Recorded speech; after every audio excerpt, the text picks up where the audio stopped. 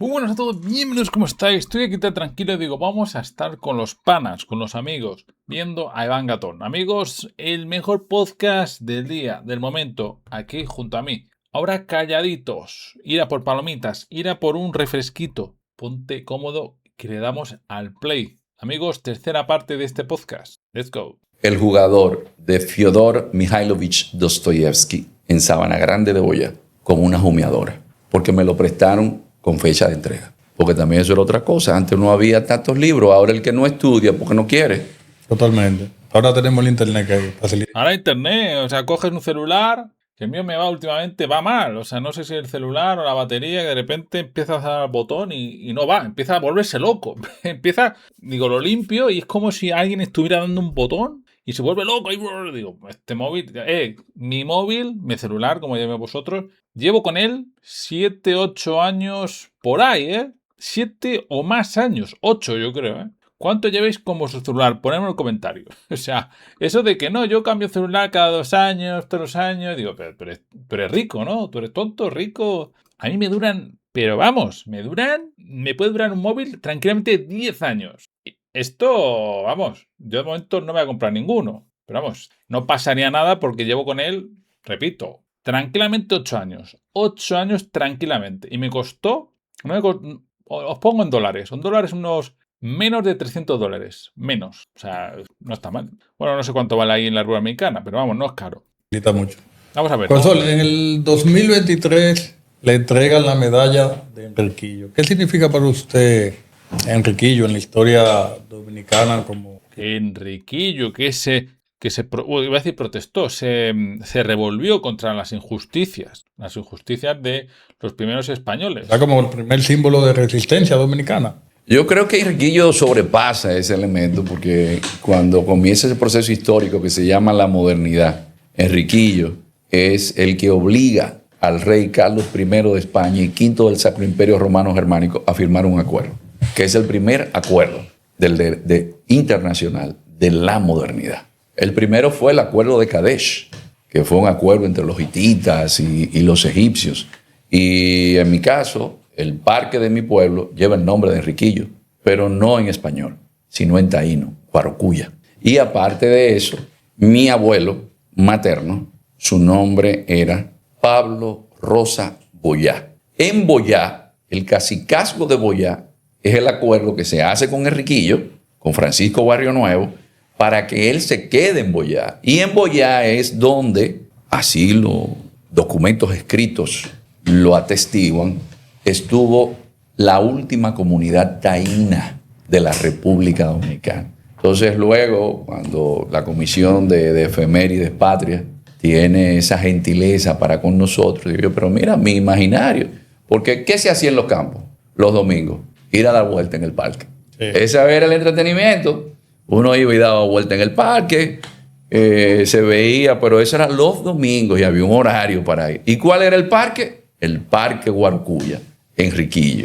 Para mí fue algo especial y agradezco mucho al director de Efemérides Patria, el amigo Juan Pablo, que, bueno, en los viajes que he hecho a la frontera también me ha facilitado material de los que publican allá para llevárselo a la gente de la frontera y banderas también, que eso lo agradezco mucho. Juan Pablo es un hombre de confianza del amigo Guido Gómez Mazara, que ustedes lo recordarán porque tenían un programa de televisión juntos.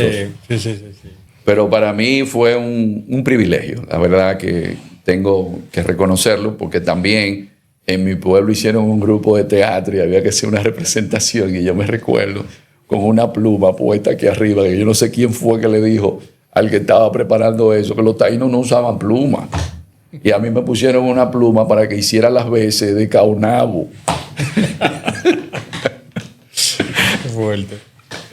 Profesor, aquí No utilizaban pluma, ¿no? Ah, bueno. tengo la obra de... Eran buena gente, estos taínos. Eran buena gente, Eran buena gente y sin duda, un pueblo cálido que sufrió los ataques de los españoles, sufrió las enfermedades Pero sí, menos mal que hoy en día sigue habiendo sangre taína, sigue habiendo costumbres, palabras taínas, y es un pueblo que, por mucho que han dicho la gente, no desapareció, y menos mal, porque hay que decir la verdad, absolutamente la verdad. O sea, se dicen tantas mentiras que decir una es dar la razón a la gente que habla de la leyenda negra. No, es que los primeros viajes fueron un desastre. Me tienes que mirar también el lado español, donde era un viaje suicida, pero ¿quién iba a ir a un viaje suicida? El primer viaje, no sé si hasta el tercero, pero el primero seguro, el primero lo tengo asegurado, porque yo me encanta la historia, he leído mucha historia, yo soy escritor de historia, o sea, de historia no, de novelas históricas, no lo mismo, ¿eh? Fueron muchos delincuentes. Bueno, delincuentes, gente que estaba presa. Digo, oye, acompañarnos, no todos, ¿eh? No todos eran presos, claramente. O sea, había presos que no sabían lo que es ni el mar ni nada, ¿no? Pero hubo presos, claramente. Luego ya se vio que con la locura del fuerte Navidad, ¿no? De los abusos, se prohibió totalmente llevar a presos o gente que tenía delitos de sangre o algo. ¿Por qué? Porque, o sea, tú vas a ir a un viaje que puede durar entre 2 semanas mínimo, creo, ¿eh? No, un mes, mira, un mes, con alguien dentro de un barco que no es como una casa grande, pero una casa, os imaginaros que tampoco 30 tíos ahí metidos o 50, y ves ahí que hay 10 que son gentuza o más, para que ellos te maten, para que roben, para que violen. No, hombre, no.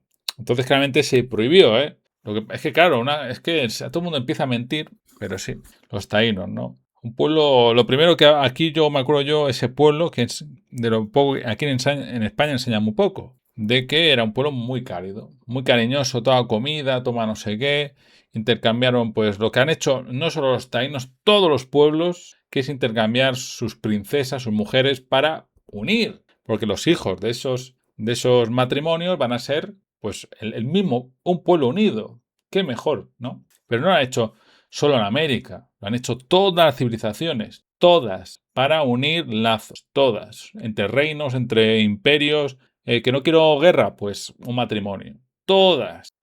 Pedro Baños, muy conocido a nivel internacional, Geohispanidad. En el 2024, Pedro le pide que colabore con él. ¿Qué significó eso para usted? El coronel tuvo la benevolencia de solicitarme que si podía escribir un ensayo que hablara de la hispanidad desde una perspectiva geopolítica. Y el peso que yo sentía de la responsabilidad, porque estamos hablando de un libro de geopolítica, de una figura mundial que fue publicado aquí en Madrid y que yo estoy representando República Dominicana. Por suerte, ese trabajo tiene algo, que es la primera vez que lo voy a decir. Ese trabajo yo lo hice con mis hijos, porque nosotros trabajamos en equipo. O sea, la hija mía es muy buena redactando. Él va... Bueno, o sea, una familia intelectuales o qué. Yo quiero eso, hombre. Yo estoy escribiendo mi libro, yo estoy escribiendo un libro, ¿no? Un libro de 1000 páginas de fantasía, un mundo. ¿Te gusta Juego de Tronos? ¿El Señor de los Anillos? Algo así. Bueno, en resumen. Y yo no tengo a nadie, yo, ¿qué? Se lo cuento a mi gente, ¿qué? Mi madre, algún amigo, y se quedan como, qué bien. Pero imagínate, este hombre, ¿no? Que hasta sus hijos son aquí intelectuales, ¿o qué? Se llevan la sangre, ¿no? En los genes. Varón. Qué envidia. Papá, ¿qué te parece si cambiamos esta palabra por esto? Entonces le dije, miren, vamos a hacer el trabajo del coronel Pedro Baños. Y para mi sorpresa, como yo lo que hago es que tomo un tema que está muy de moda y es el mundo post-occidental. Entonces yo hablo en ese trabajo de Hispanoamérica en un mundo post-occidental. Ahí yo menciono hasta la ruta de la seda, pero hago algo que es lo que he estado trabajando en los últimos años, porque entiendo que es un legado para las futuras generaciones, y es rescatar a Santo Domingo como el eje de la modernidad. Entonces ahí pongo cómo todos esos descubridores o conquistadores vivían allá, hago un recuento de los principales acontecimientos, de cómo judicialmente hasta el Virreinato de la Plata tenía que buscar la jurisprudencia de la Real Audiencia de Santo Domingo. Entonces, En ese trabajo yo pongo a la República Dominicana como el portaaviones del Imperio Español. Decía Felipe II, Santo Domingo es puerta y llave de las Indias. Entonces yo digo, ¿y por qué la gente va a Punta Cana y no va a la Casa Fortaleza de Juan Ponce de León, que queda a 40 kilómetros de Punta Cana? ¿Por qué nosotros no nos damos cuenta de que tenemos la mayor densidad histórica? Entonces, cuando presentamos eso aquí en Madrid, se presentó en un teatro, y la verdad que ha tenido una acogida para mí, sobre todo porque se ubica la República Dominicana en el sitial que se merece. República Dominicana no es un sitio que me pasó en un vuelo de Madrid a Santo Domingo. Yo escucho a un español de Málaga que está acostumbrado a ir a Santo Domingo, que le dice a una italiana, ¿y dónde usted va? Y dice, bueno, yo voy a Punta Cana y tengo también una visita a Santo Domingo. ¿Y sabe lo que le digo al español? No vaya, que allá no hay nada que ver. Y eso a mí me marcó. Yo digo, pero eso es una ignorancia supina. ¿Cómo que el lugar que sirvió de modelo para hacer México como ciudad, el modelo español, que es el parque, las oficinas de la alcaldía, que es el mismo modelo, eso fue Santo Domingo con Nicolás de Obando, y eso se replicó en toda América? ¿Cómo el lugar donde el conquistador del Perú, Francisco Pizarro, primero llegó? ¿Cómo el lugar donde Vasco Núñez de Balboa, quien descubre el Océano Pacífico, vivió? ¿Cómo el lugar donde vivió Hernán Cortés por más de 7 años? Usted va a decir que no hay nada que ver. ¿Dónde está el primer hospital de América? La primera fortaleza de América, la primera catedral de América, el primer monasterio, el primer alcázar o castillo de América, la primera casa de 2 plantas, que es la Casa del Cordón. La primera universidad también.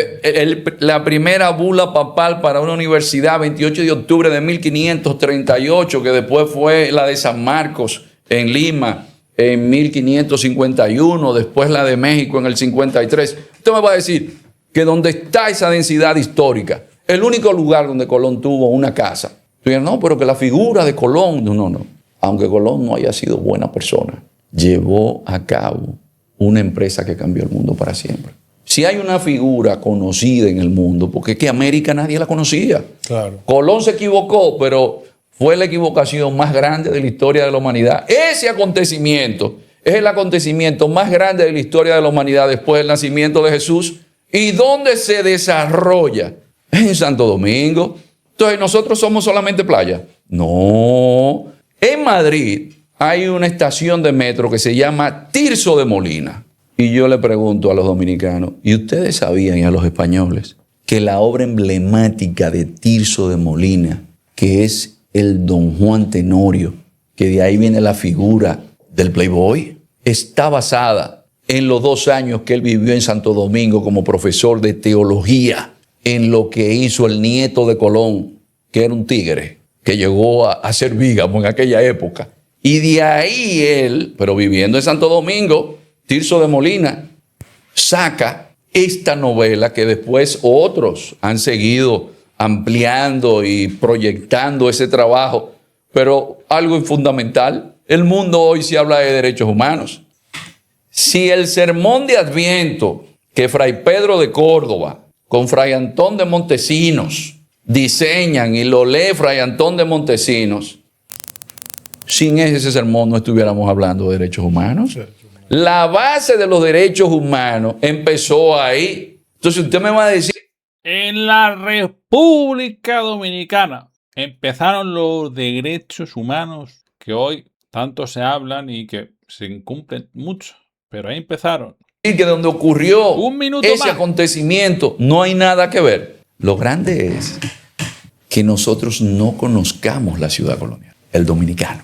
Yo siempre he dicho que uno no puede amar lo que no conoce. Uno no puede aquilatar, apreciar.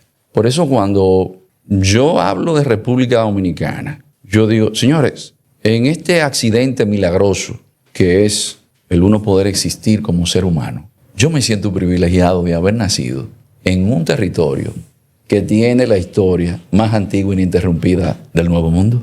Pero no solamente eso, que yo puedo decir que voy al Pico Duarte, que voy al Valle del Tetero, y yo agradezco poder bañarme en la ballena, en el Tetero, y disfrutar la magnificencia de una cordillera que tiene la central, una altura de 3.000 metros de altura en pleno Caribe, que yo agarro y me voy entonces a las estribaciones de esa propia cordillera que va por Yamasá, y que después tengo una sabana que va desde Baní hasta Punta Cana, pero me muevo a Barahona y digo, hace calor en Barahona, Sierra de Bauruco.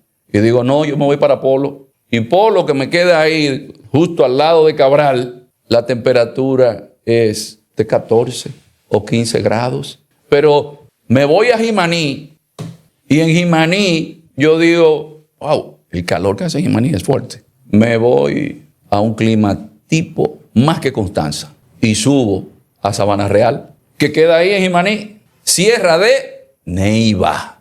Oh, oye, yo tengo los pinos del Edén. Oiga, ¿cómo se llama el lugar en Jimaní? Cerquita de Jimaní, Pinos del Edén. Eso es una temperatura, y la gente piensa que eso por ahí solamente es terreno árido. No. Lluvia, un verdor. Entonces me voy a la zona de El Cercado.